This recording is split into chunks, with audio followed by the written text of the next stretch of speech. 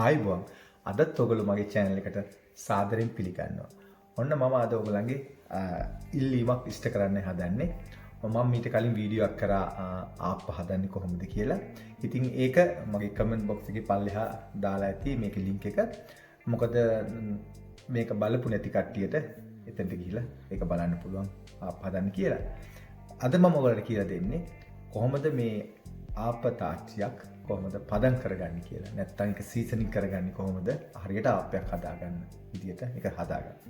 ඉතින් මට අද හම්බුණා මේ අලුත් තාච්චියක්. මම මේකෙන් ඔයගොල්ලන්ට කියලා දෙන්නම් කොහොමද ඒක පදම් කරගන්නේ කියලා. අපි බලමු.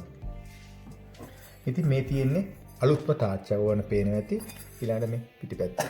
ඉතින් මේ තාච්චිය ඔයගොල්ලන්ට මේක ලොකු ප්‍රශ්නයක් නෙවෙයි. ඇත්තටම ඔයගොල්ලෝ මේ බෙල්ද පොලට ගිහිල්ලා තාච්චියක් තෝරා ගන්නකොට මෙන්න මේ විදිහට හොඳට මේ බලන්න ඇතුලේ කිසිම කඩතුරු නැතුව හොඳට මේගොල්ලෝ හොඳට පොලිෂ් කරලා තියෙනවා. ඉතින් ඒක නිසා මේ විදිහ තාච්චිය තමයි මේ ආප් එකට තෝරගන්න ඕනේ. ඒක ඔයගොල්ලන්ට තේරෙනවා ඇති. ඉතින් ඒක තමයි ප්‍රධාන වශයෙන් මේ ආප් වලට ගන්න ඕනේ. ඉතින් ඒක නිසා මේක ලොකු ගැටලුවක් නෙවෙයි මේක මේ සීසනින් කරගන්නවා කියන එක. මම ඒක කියලා දෙන්නම් ඔයගොල්ලන්ට කොහොමද කරන්න කියලා.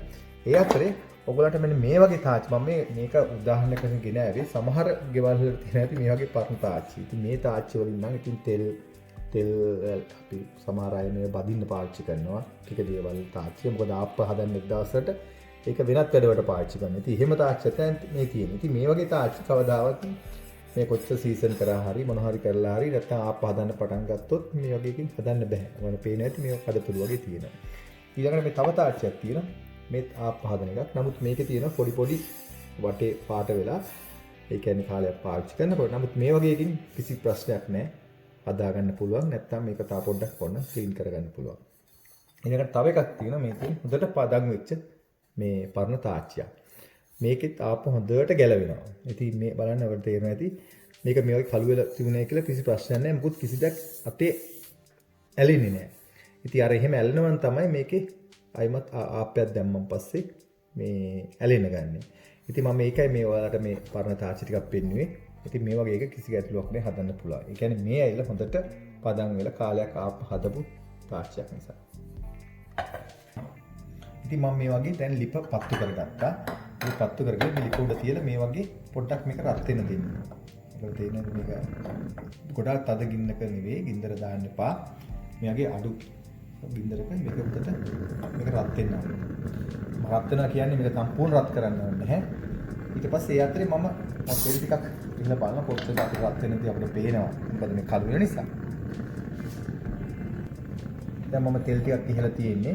දැන් මේ විදිහට මේක රත් වෙනවා. රත් වෙනකොට මේ වගේ රිදි කැල්ලක් අරන් මේක හොඳට පීදාන්න.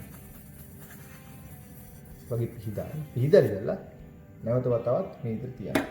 අයිමත් මම තෙල් පොඩ්ඩක් ඉහළ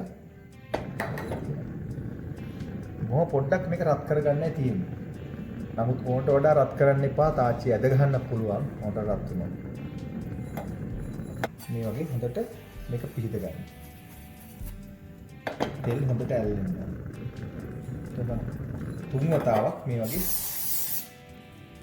ඔයාලට මේ වගේ ස්ප්‍රේයක් නැත්නම් ඔයාලට පුළුවන් පොල් තෙල් තවර එකක් මේ වගේ තවරන්න. තවරලා මේ වගේ ඔයාලට පේන ඇති මේක මේ විදිහට හොඳට රත් වෙනවා. ඊට පස්සේ රත් වෙනවා නම් මේක මෙච්චරයි කරන්න තියෙන්නේ. ඊට වඩා වෙන ලොකු දෙයක් නැහැ කරන්න මේ අලුත් තාච්චියක් ගත්තන් පස්සේ.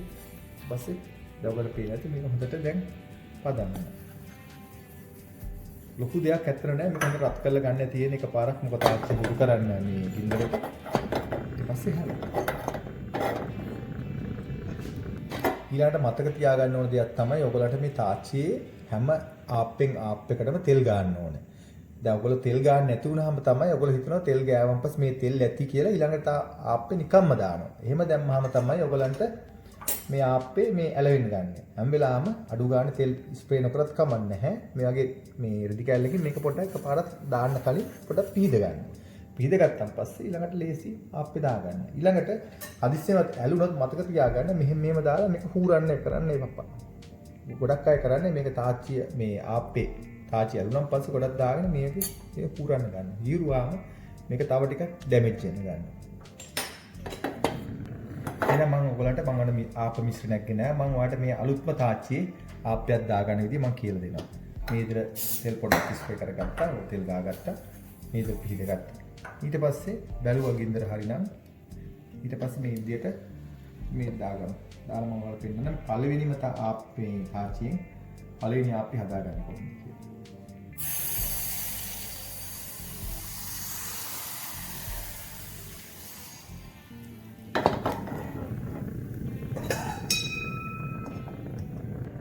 අපි බලමු දැන් කොහොමද මේ තාච්චි සීසන් කරලා පස්සේ හදන පළවෙනි ආප්පේ. මේ පේන්නේ බානේ හරි බැටරි එකත් හරි තාච්චියත් හරියටම සීසන් වෙලා තියෙනවා. දැන් බලන්න නිකාම්ම ගැලවිලා එනවා. දැන් වල පේන්නේ නැති. දැන් බලන්න මේ තාච්චිය ඊළඟට මේ විදියට තාච්චියත් හොඳට මේ පිරිසිදුව තියෙනවා. ඊළඟට මතක තියාගන්න දැන් මේ ඊළඟට ඔයාලා මේ ඊළඟ ආප්පේ හදද්දි මතක තියාගන්න මෙන්න මේ වගේ තෙල් මේ තවර කට්ටි දෙක කැල්ලකින් මේක හොඳට පීදන්න. පිහිදලා තමයි ඊළඟ ආප්පේ දාන්න. දැන් ඔයගොල්ලන්ට ඒක හොඳටම තේරෙන්නේ නැති මම හිතන ගොඩක් ඒක තේරුණා කියලා. ඉතින් ඔන්න ඔය විදිහට තමයි මේක දිගටම කරගෙන යන්න තියෙන්නේ. නැත්තම් ඔයගොල්ලන්ට දැන් මේක දැන් කලින් මම තෙල් ගෑව කියලා ඊළඟට නිකන් දාන්න යන්න එපා. මොකද මේ තාච්චි වලට අනිවාර්යයෙන්ම තෙල් පොඩ්ඩක් කැරවෙන්න ඕන. තෙල් කියන්නේ තෙල් ගොඩාක් තියෙන්න බෑ. අපි දැන් මේ වගේ තෙල් ස්ප්‍රේ කරගත්තොත් ඒක පිහිදාන්න ඕන මතක ඇතුව. මේක. පිහිදලා නැතුව තෙල් පිටින් දාන්න එපා. ඉතින් ඔච්චර තමයි ඇත්තටම සීසනින් කරන එකේ ප්‍රධානම දේ තියෙන්නේ. වෙනත් අමුතුවෙන් දෙයක් නැහැ කරන්න. ඊළඟට තමයි තවත් එකක් තියෙන සමහර අය මේකට එක මේ බිත්තර දානවා. බිත්තරයක් බදින්න ඕනේ කියනවා. මේ මට තියෙන අහපු ප්‍රශ්න තමයි.